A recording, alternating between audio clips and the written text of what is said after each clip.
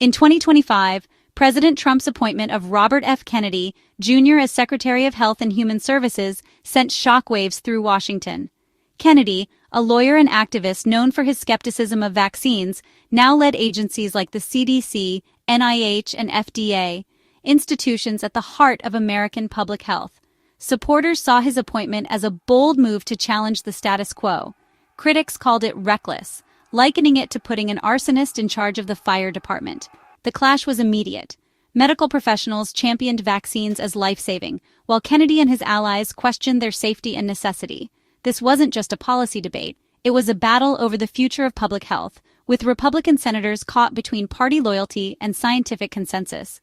The stage was set for a dramatic showdown, with the nation's health hanging in the balance.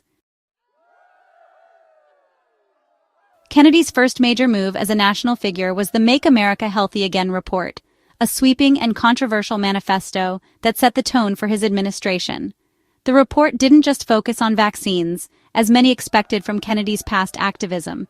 Instead, it cast a much wider net, targeting the very foundations of American health policy and industry. One of its boldest sections took direct aim at the agricultural industry, calling out the practices of large-scale industrial farms and the chemicals they rely on. The report condemned the widespread use of pesticides like glyphosate and atrazine, arguing that these chemicals were not only harming the environment, but also fueling a public health crisis that affected millions of Americans. The accusations sent shockwaves through Congress, igniting outrage among GOP senators from key farm states who saw the report as a direct threat to their communities and way of life. Senators like John Boozman and Chuck Grassley, both deeply connected to rural America, viewed Kennedy's proposals as an attack on their constituents' livelihoods and the economic backbone of their states. In a tense June meeting on Capitol Hill, these senators confronted Kennedy directly, accusing him of government overreach and warning that his aggressive agenda could fracture the party's unity and destabilize American agriculture. For many, this wasn't just a debate about science or policy, it was a battle over economic survival, cultural identity, and the future of rural America. The episode revealed Kennedy's willingness to challenge some of the most powerful interests in Washington, expanding the scope of conflict far beyond the vaccine debate and into the heart of American industry. For many Republicans, this was the first unmistakable sign that Kennedy's tenure would be defined by internal strife, escalating opposition, and a willingness to disrupt the status quo, no matter the cost. The real upheaval began that summer as the nation watched with a mix of disbelief and anxiety. The mood in Atlanta was tense, and the air outside the CDC headquarters seemed charged with uncertainty. President Kennedy enacted sweeping, unprecedented changes at both the CDC and NIH, two of the country's most trusted public health institutions. The scale and speed of the reforms left even seasoned government officials reeling. In a move that stunned the public health community, he abruptly fired Dr. Susan Menarez, the newly confirmed CDC director. Her dismissal, just weeks into her tenure, sent shockwaves through the agency and beyond, raising questions about the administration's motives and direction. Next, Kennedy dismissed all 17 members of the Advisory Committee on Immunization Practices, dissolving the nation's foremost vaccine advisory body overnight. The committee, long considered the gold standard for vaccine guidance, was suddenly gone, leaving a void in national health policy. At the NIH, Kennedy canceled major mRNA research contracts, halting projects that had been years in the making. This decision sent ripples of concern through the scientific community, raising alarms about the future of pandemic preparedness and biomedical innovation in the United States. He also announced plans to slash the HHS workforce by nearly a quarter, a move that critics warned would cripple the department's ability to respond to crises. The threat of mass layoffs sparked protests and deepened the sense of instability across federal health agencies. For many GOP senators, this was the breaking point. Kennedy wasn't just questioning policy, he was dismantling the very infrastructure of American public health.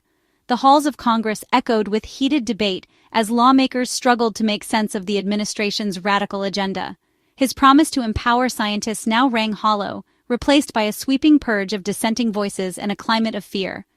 Many career experts found themselves sidelined or forced out, their expertise suddenly unwelcome. The sense of chaos was undeniable, and the backlash within the president's own party intensified. As the dust settled, it was clear that the landscape of American public health had been fundamentally and perhaps permanently altered.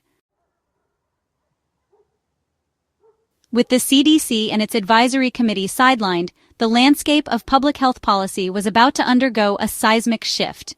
Kennedy moved swiftly to reshape vaccine policy, implementing changes that would ripple through the healthcare system. The result was confusion. Federal recommendations vanished almost overnight, leaving a void in guidance. Parents and doctors were left in the dark about immunization schedules, unsure of what steps to take next. A CBS News poll found 39% of Americans believed vaccines were now less available, a sentiment that spread quickly. This perception was quickly validated by a growing measles outbreak. Once nearly eradicated, measles surged back. Public trust in vaccines eroded as misinformation spread like wildfire, fueling the resurgence of preventable diseases. Critics blamed Kennedy's rhetoric and policies for undermining the tools needed to contain outbreaks, pointing fingers at his administration. The consequences were dire, putting children and communities at risk as vaccination rates plummeted. The crisis forced Republican senators to act, realizing the gravity of the situation. The consequences of Kennedy's agenda became painfully real in their own states, prompting urgent discussions. The debate was no longer theoretical. It had transformed into a full-blown public health emergency.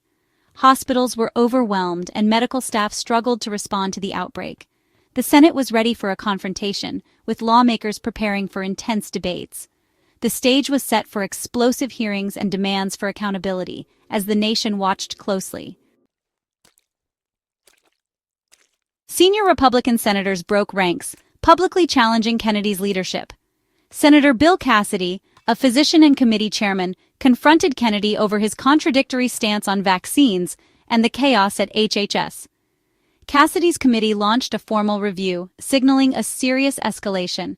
Senator Tom Tillis pressed Kennedy on broken promises to empower scientists and the unexplained firings at the CDC and NIH. Senate Majority Leader John Thune blamed Kennedy for the turmoil, making it clear the responsibility rested with him. These weren't isolated criticisms. They marked a coordinated rebellion within the GOP.